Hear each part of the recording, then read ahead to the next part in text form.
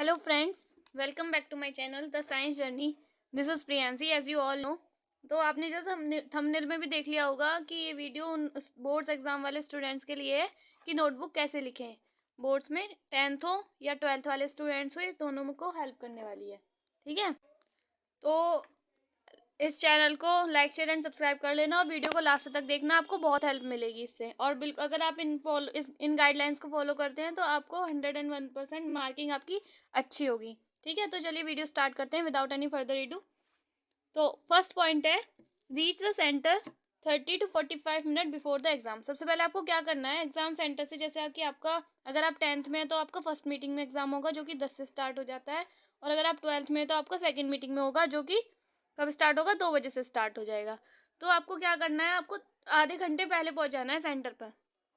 क्यों पहुंचना है वो पहले, इसलिए ताकि आप अपनी सीट देख सकें अपने एडमिट कार्ड के अकॉर्डिंग, अपने रोल नंबर के अकॉर्डिंग, और आप सीट लेकर अपने अपने क्लासरूम में जाकर बैठ सके और वहाँ देख सके अपनी सीट को प्रॉपर कि वो प्रॉपर है कि नहीं, बेंच हिल तो नहीं रही है। आपको 3 घंटे वहाँ पर बिताने हैं, तो उसके अकॉर्डिंग देख लेना कि आपकी सीट हिल ना रही हो।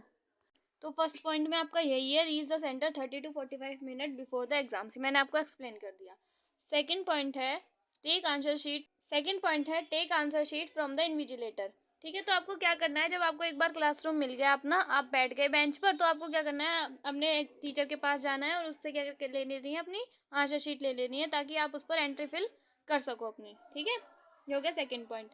Third point, complete your entry on that. आपको क्या करना है, जब आपको आंसर शीट मिल जाएगी अपनी, उसको आपको एंट्री अपनी कंप्लीट करनी है। उस एंट्री को कैसे कंप्लीट करना है, देखो उस पर क्या होता है, आपके ना एडमिट कार्ड पे एक रोल नंबर लिखा हुआ होगा, वो आपको लर्न करने की जरूरत नहीं है, आप डेली एडमिट कार्ड ले जाओगे वहाँ से देखकर लिख सकते हो।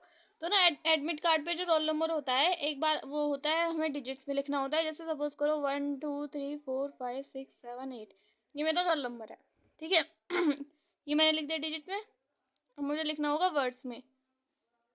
तो वर्ड्स में कैसे लिखना है, आपको ऐसे नहीं लिखना 1,20,000 ऐसे नहीं लिखना, आपको लिखना है 1 2 3 एंड सो ऑन। ठीक है, आपको ऐसे लिखना है डिजिट बाय डिजिट, ऐसे नहीं लिखना आपको पूरा इंटरनेशनल सिस्टम के अकॉर्डिंग। ठीक है, ये हो गया आपका थर्ड पॉइंट। अब आते हैं अपने फोर्थ पॉइंट पर। फोर्थ पॉइंट है draw lines on side of each page. क्या करना है, जैसे आपकी नोटबुक होने वाली है, ऐसी आपकी नोटबुक होने वाली है, तो आपको क्या करना है, एक साइड अपनी लाइन खींचनी है, डबल लाइन खींच लेना। और ये काम आप तब कर सकते हो जब आप 15 मिनट पहले पहुंच जाओगे ना, आपको जो 15 मिनट मिलेंगे एक्स्ट्रा, उसमें आप अपनी एंट्री फिल कर सकते हो, तो आपका वो टाइम सेव हो जाएगा। ठीक है, तो आप ऐसे डबल लाइन खींच लेना एक साइड, या सिंगल लाइन भी चल जाएगी। ठीक है, ऐसे खींच लेना, दोनों साइड मत खींचना, एक ही साइड खींचना। हाँ, आप ऐसा कर सकते हो, जैसे आपने यहाँ ये वाली लाइन लिखी है, यहाँ तक लास्ट वर्ड यहाँ कर दिया इसका। ठीक है, और फिर सेकंड लाइन लिखी, उसका भी लास्ट वर्ड यहाँ कर दिया। आप वर्ड से यहाँ पे लाइन बना सकते हो, बट आपको प्रॉपर स्केल से यहाँ लाइन नहीं बनानी है, एक ही साइड लाइन बनानी है। ठीक है, ये हो गया फोर्थ पॉइंट। आते हैं फिफ्थ पॉइंट पर, मार्क और write section before doing answer. Suppose करो आपका क्वेश्चन पेपर में 4 सेक्शन है, section A, section B, section C, section D. ठीक है, आपको सबसे पहले सेक्शन सी सॉल्व करना है। तो आप क्या करोगे, बड़ा बड़ा लिख दोगे सेक्शन सी, पूरा ऐसे लिखोगे सेक्शन सी, फिर उसका क्वेश्चन नंबर 1 का फिर जो आंसर लिखोगे तुम, वो आंसर ऐसे करना है। तो आप जब सेक्शन सी या फिर सेक्शन ए बी सी ऐसे डाल के करते हो, तो एग्जामिनर को पता होता है कि बच्चे ने यहाँ पे कौन सा सेक्शन सॉल्व किया, उसके अकॉर्डिंग वो मार्क्स दे देता है, उसको ईजी हो जाता है मार्क्स देना। तो आपके मार्क्स कटने के चांसेस कम हो जाते हैं। ठीक है, ये हो गया फिफ्थ पॉइंट। तो सिक्स पॉइंट पर आते हैं, leave 3 to 4 lines after every answer. कि क्या करना है, जैसे कि आपने आंसर लिखना स्टार्ट किया, ये लाइन हो गई, ये लाइन हो गई, ये लाइन हो गई, 3 लाइन में आपका आंसर आ गया। ठीक है, तो उसके बाद आपको 3 लाइन छोड़ देनी है, बिल्कुल उसमें कुछ नहीं करना। जो आपको सेकंड आंसर लिखना है 3 लाइन के बाद लिखना है। अब ऐसा क्यों करना है, ताकि जब आपका क्वेश्चन आपका जो एग्जामिनर है वो क्वेश्चन चेक कर रहा है, ठीक है, उसने आपको यहाँ पे 2 नंबर दे दिए, तो जो आपने लाइन में गैप दिया है ना, वो आपको वहाँ पर नंबर देगा। तो जब वो टोटल नंबर काउंट करेगा ना, तो मिस्टेक होने के चांसेस ना बिल्कुल नेगलीफाई हो जाएंगे। और अगर आप लाइन नहीं छोड़ दो तो वो उसी के ऊपर नंबर दे देगा, तो हो सकता है वो उनको काउंट करना भूल भी जाए। और बोर्ड्स में तो आपको पता है नोटबुक दिखाई नहीं जाती, तो इसलिए आप उनको ठीक भी नहीं करा सकते। इसलिए 3 लाइन छोड़नी जरूरी है हर क्वेश्चन के बाद, चाहे वो लॉन्ग हो, चाहे वो शॉर्ट हो, चाहे वो वेरी शॉर्ट हो। ठीक है, अब आते हैं अपने नेक्स्ट पॉइंट पर, make diagram in every possible question. अब देखो, स्पेशली ये साइंस के लिए है। साइंस हो आपका हिस्ट्री हो, कोई भी हो जिसमें भी आपको डायग्राम दिया गया है क्वेश्चन में, आपको उस क्वेश्चन से रिलेटेड चाहे छोटा सा ही डायग्राम आता है, आपको डायग्राम जरूर बना के आना है और कोशिश करना कि डायरेक्टली वो आप स्केच पेन से बनाएं या फिर कलर्ड पेन से बनाएं। ये ना हो कि पहले आप पेंसिल से बना रहे हैं फिर उसमें पेंसिल कलर भर रहे हैं अंदर, तो आपका आधा टाइम तो इसी में वेस्ट हो जाएगा। तो डायरेक्टली आप डायग्राम की प्रैक्टिस कीजिए और स्केच से बनाइए, कलरफुल पेन से बनाइए, ठीक है। नेक्स्ट, तो नेक्स्ट पॉइंट है 8th point, make flow charts for every possible question. अब फ्लो चार्ट क्या होता है, देखो जैसे कि मैं साइंस की बात करूं, आपको क्वेश्चन आपके उसमें आया question, right the states of matter, ठीक है। आपको मैटर की स्टेट लिखनी है, तो पहले आपको क्या लिखोगे, मैटर लिखोगे, फिर मैटर के लिए फ्लो चार्ट बना दोगे।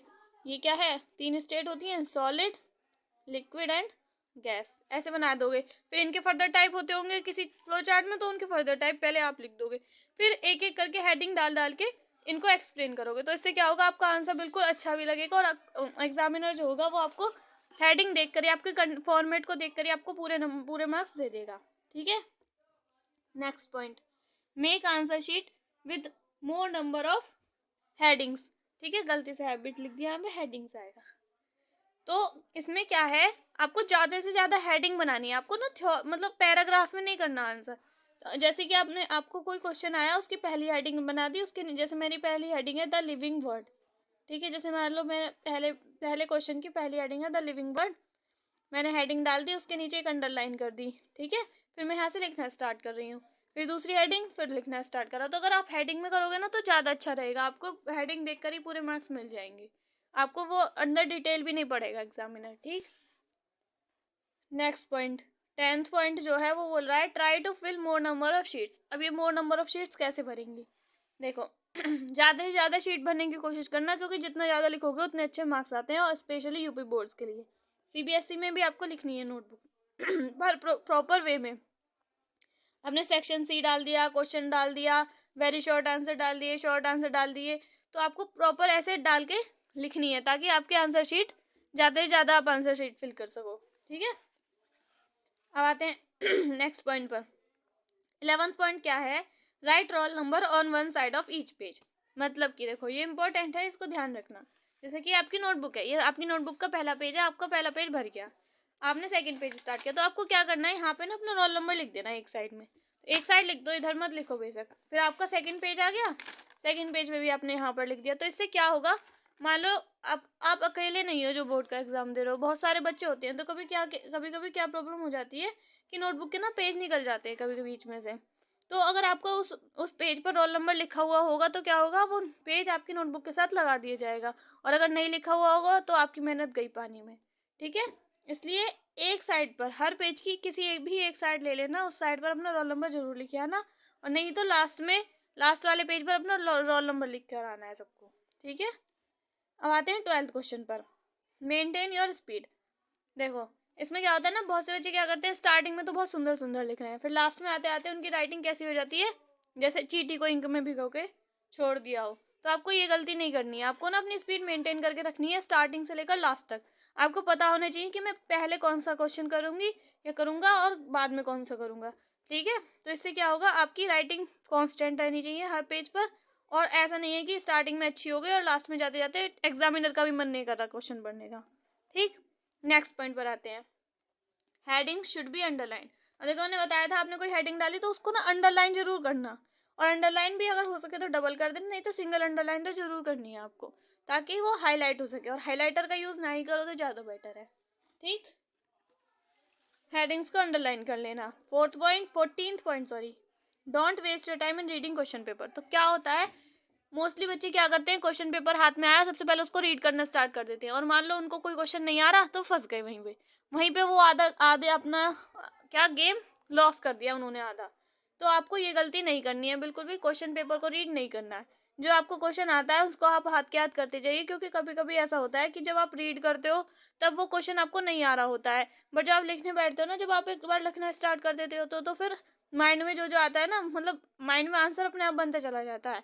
तो इसलिए आपको क्वेश्चन पेपर को रीड करने में टाइम वेस्ट बिल्कुल भी नहीं करना है, वो टाइम आप यूटिलाइज कीजिए अपना आंसर लिखने में, ठीक है। और अगर आप पहले ही क्वेश्चन पेपर पढ़ लोगे, नहीं आता होगा, तो डिमोटिवेट हो जाओगे, फिर पूरा पेपर बिगड़ जाएगा। इसलिए पहले ही क्वेश्चन पेपर रीड नहीं करना है, क्लियर। ये पॉइंट भी क्लियर हो गया। नेक्स्ट पॉइंट पर आते हैं, positive attitude, the most important point.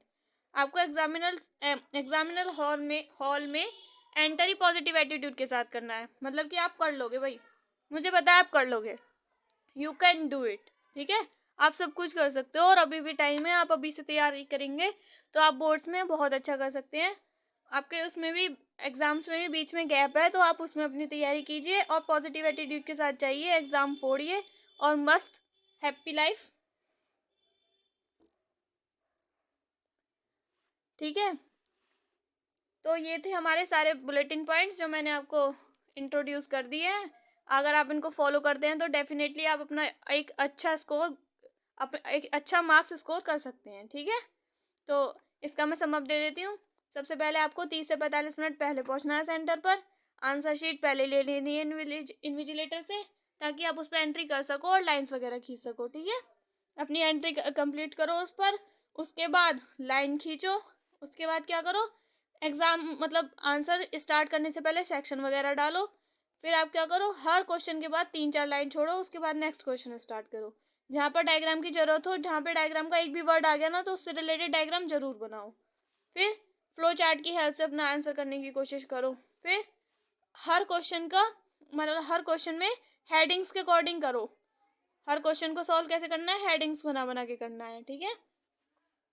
ज़्यादा से ज़्यादा शीट बननी है हमें और रोल नंबर लिखना है हर पेज की एक साइड पर, ठीक है।